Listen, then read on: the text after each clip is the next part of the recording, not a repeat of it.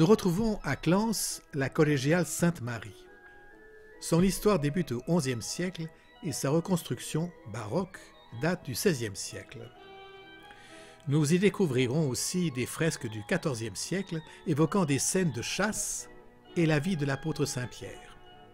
L'orgue, qui conserve la presque totalité de ses jeux du XVIIe siècle, retiendra notre attention au cours de cette visite proposée par François Dauphiné et Elisabeth Como.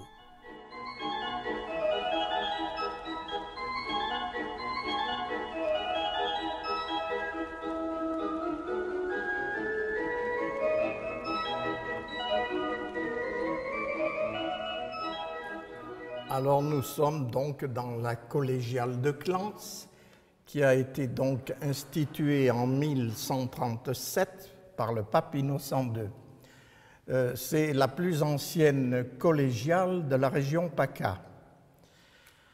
Et nous avons, c'est le style baroque, et nous avons pas mal de beaux trésors, des tableaux, les orgues des frères Grinda. Les frères Grinda ont fait dans les Alpes-Maritimes 3 orgues. Le premier se trouve à Villefranche-sur-Mer, le second à l'Escarène et le troisième ici. Alors ensuite, ils n'avaient pas de travail, donc ces 2 frères Grinda, et ils ont émigré, disons, dans la région de Perpignan, où là-bas, ils ont fait des orgues. Oui, et ils sont décédés, donc, là-bas. On peut peut-être dire que la particularité des orgues des frères Grinda, c'est qu'elles n'ont jamais moins de 350 tuyaux. Celui-ci en possède 530. Lors de la commande, alors là aussi c'est assez anecdotique, c'est que la commande a été passée pendant la Révolution, et lorsqu'on a livré l'orgue des frères Grinda en 1792 ici, eh bien, on n'a pas toujours reconnu les accords passés à cette époque-là, ce qui fait qu'ils ont eu un mal fou à se faire payer. À se faire payer. Voilà, donc je crois que c'est en 1808 qu'ils ont réussi à se faire payer. En plus, on leur avait demandé de pouvoir jouer un répertoire un petit peu plus vaste, donc les travaux ont été un petit peu retardés pour justement rajouter donc, un larigot. Et cela faisait monter aussi la facture, donc on leur avait promis une partie du bois de la forêt de Clans. Et ils sont partis, ils ont donc dans la région de Perpignan, où ils n'étaient encore pas payés. Voilà, mais ils ont eu, fort heureusement pour eux, plus de reconnaissance dans le sud-ouest qu'ici. Mais voilà, on a un joli orgue des frères Grinda ici. C'est le plus petit orgue des 3 qu'ils ont fait dans les Alpes-Maritimes. Voilà, et aussi, leur particularité aussi, c'est d'être des orgues d'accompagnement et d'improvisation pour justement accompagner les messes ou des jeux de trompette, des chorales. Ça a une sonorité très intéressante. Il y a une note qui fait « cui, cui, cui », mais alors les gens sont tout étonnés, mais ça fait partie donc de cet orgue-là. Voilà. Ça a été restauré, donc cet orgue, en 1845 et dans les années 1980, à peu près.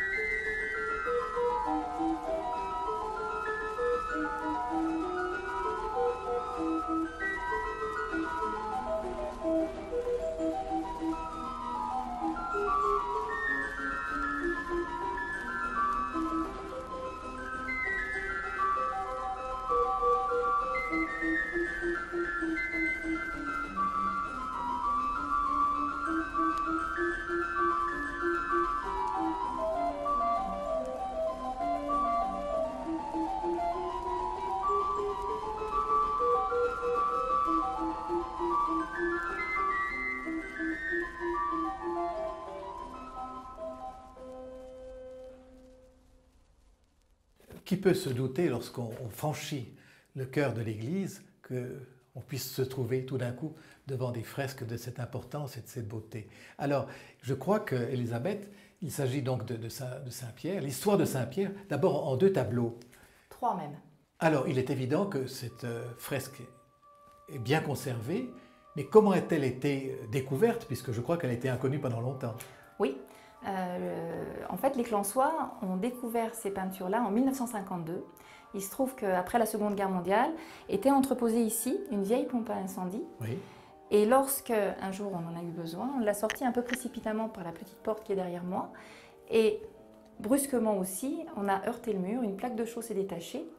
Et on a découvert donc, des peintures derrière cette chaux. Donc on a tout décrouté. Quand on a vu les peintures qu'on a pu découvrir derrière cette chaux, bien évidemment, on a continué et on a ensuite décrouté l'abside de la première chapelle, première église de Clans. Et on a découvert aussi d'autres peintures, une scène de chasse notamment. Mais ici, on est bien dans la chapelle Saint-Pierre. On est devant le chevet de la chapelle Saint-Pierre. On peut voir 3 petites scènes justement de la vie de Saint-Pierre. On a la première tout là-bas, donc à gauche, on a Saint-Pierre dans sa barque en train de pêcher sur le lac de Tibériade. La deuxième scène, c'est le Christ. Donc, alors le phylactère qui part de la main gauche du Christ est effacé, mais certainement devait être écrit à l'intérieur quelque chose comme « Je te fais pécheur d'homme oui. », puisque ça correspond oui. à ce passage biblique. Oui. Et Saint-Pierre, donc, qui rejoint le Christ en marchant sur l'eau. Oui.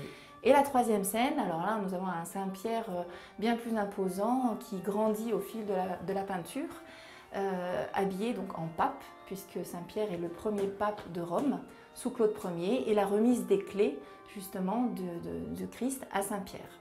Alors, Saint-Pierre, il porte une tiare, et je crois que c'est très important pour la datation. Oui, ça permet de se situer un petit peu dans le temps, à savoir que la tiare, au-delà du XIVe siècle, est plus haute, plus pointue, avec une barre de plus.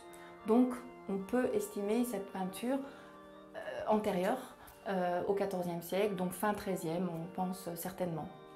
Et pas non plus avant le XIe siècle, parce que sur le tympan de la voûte, nous avons une représentation de l'Annonciation, avec donc l'archange Gabriel qui annonce à Marie de l'autre côté qu'elle va porter Jésus. Et là, cette Vierge ouvre un livre. Et la représentation du livre ouvert, avant le XIe siècle, on n'en a pas. Donc on peut situer ça entre le XIe et le XIVe. Alors ça laisse une marge assez importante, mais... Alors ici, le Christ en gloire, et donc là on pense tout de suite à l'Orient chrétien, à l'orthodoxie. Oui, il y a une forte influence byzantine. Ce Christ, donc Pantocrator, est déjà installé sur l'arc-en-ciel. Alors on pense que cette peinture a été peut-être retouchée, hein, une peinture repeinte, comme on dit, avec des rajouts, pour la simple et bonne raison qu'on lui a rajouté ce globe. Le Christ, déjà installé sur l'arc-en-ciel, est maître du monde, hein, tout puissant. Le globe est redondant en fait. Puis il n'est pas dans la main. Et voilà, c'est la raison pour laquelle on pense que c'est un rajout parce qu'il est posé sur la main et non pas dans la main. Oui, oui. Et ce Christ donc est entouré du tétramorphe, hein, du grec 4 formes, qui est la représentation symbolique hein, des 4 évangélistes, à savoir Saint Marc, alors toujours représenté par un lion. Alors il se trouve qu'à Clans, c'est vrai que là il a un peu une tête de singe, mais il faut croire qu'à Clans, des lions, on n'en a pas vu beaucoup. L'aigle de Saint-Jean, alors là il est très beau cet aigle, un bel aigle comme on en voit beaucoup par ici. Le petit homme ailé de Saint-Matthieu, et puis le bœuf de Saint-Luc. Ça, c'est des rideaux. Alors, souvent, les sous-bassements, on avait des drapés. Des drapés, parce qu'il fallait décorer. Hein. Donc, les sous-bassements, souvent, comportent des drapés, avec les peintures beaucoup plus importantes au-dessus. Il se trouve que les taches qu'on peut voir un petit peu partout, comme on n'est pas du tout encore dans la perspective, hein, on n'y arrivera qu'après, eh bien, quand on veut décorer les arrière-plans, eh bien, on fait des taches. Alors ça, c'est typique du XIe, et puis des traits et les sous-bassements, beaucoup de drapés. Alors, les clés à l'envers, je l'ai appris récemment par Geneviève Leclerc qui me disait que c'est symbolique. Saint-Pierre n'est pas propriétaire des clés, il en est le détenteur, on lui confie. C'est la raison pour laquelle elles sont toujours à l'envers. D'ailleurs, à Rome, au Vatican, on le voit installé sur son large cathèdre avec les clés, effectivement, aussi à l'envers. C'est un symbolisme qui nous échappe souvent, hélas, dans l'histoire de l'art. Oui. Elisabeth Como, on vient de voir donc une scène représentant Saint-Pierre, sans doute dans une partie du sanctuaire de l'église ancienne. Et puis tout d'un coup, alors nous avons une fresque ici. Alors d'abord, qu'est-ce qu'elle fait là? Et puis où sommes-nous ici? Alors, nous sommes, c'est assez émouvant d'ailleurs, nous sommes au XIe siècle, ici, 1066, le bâtiment. Oui. Les peintures, elles, alors ça c'est pas mal bataillé. Certains sont partisans du XIe siècle, d'autres du XIIIe.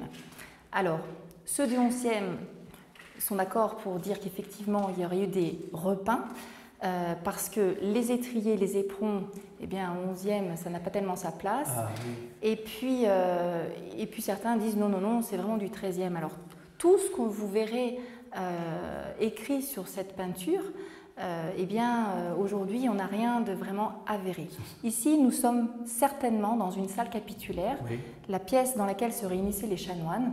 On pense que cette peinture n'était pas visible des fidèles, elle était séparée de la nef par une cloison. Et donc c'était pour leur plaisir. Voilà, pour leur plaisir, parce que c'est vrai que c'est une scène profane, Oui. hein, dans un édifice religieux comme celui-ci, c'est vrai que c'est étonnant.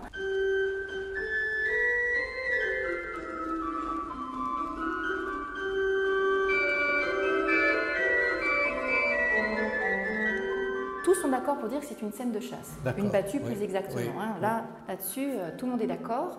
Là où ça diverge un petit peu, c'est que certains disent que c'était juste pour mettre en évidence les différentes classes sociales de l'époque, à savoir le seigneur, qu'on voit ici sur son palefroid, la classe paysanne, hein, représentée par ce manant tenant un fléau, voilà, qui fouette la végétation, et puis le chevalier, puisqu'on voit nettement la cotte de maille, et donc cet ensemble représentant une scène de chasse.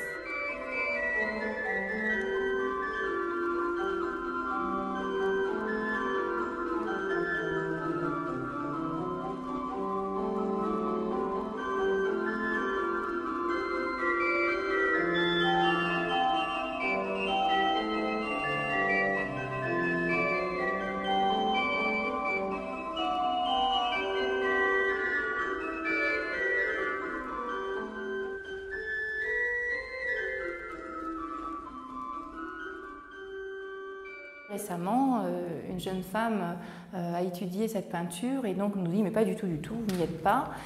On est dans une scène de vie christique.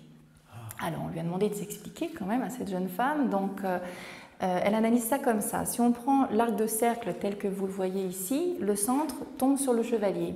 Si on considère l'ensemble de l'abside telle qu'elle était à son origine, à savoir qu'elle va un petit peu plus loin de l'autre côté, nous avons encore des restes de peinture identiques, hein, avec ces drapés. Hein, encore une fois, on pourrait presque imaginer des anneaux auxquels seraient suspendus tous ces drapés, oui, avec cette peinture naïve appliquée comme ça dessus. Eh bien, donc, elle dit que forcément le centre en est décalé et qu'on se retrouve sur le cerne. Et là, elle fait le parallèle avec le Christ, hein, souvent qu'on identifie un petit peu. Ou le chrétien qui souffre du mal, etc., qui est victime du mal. Qui lutte aussi contre les forces du mal. Alors, ces chiens traquant le gibier représenteraient un petit peu la passion du Christ. Oui. Et puis, cet animal juste derrière le cerne. Ah oui, il est bizarre celui-ci. Oui.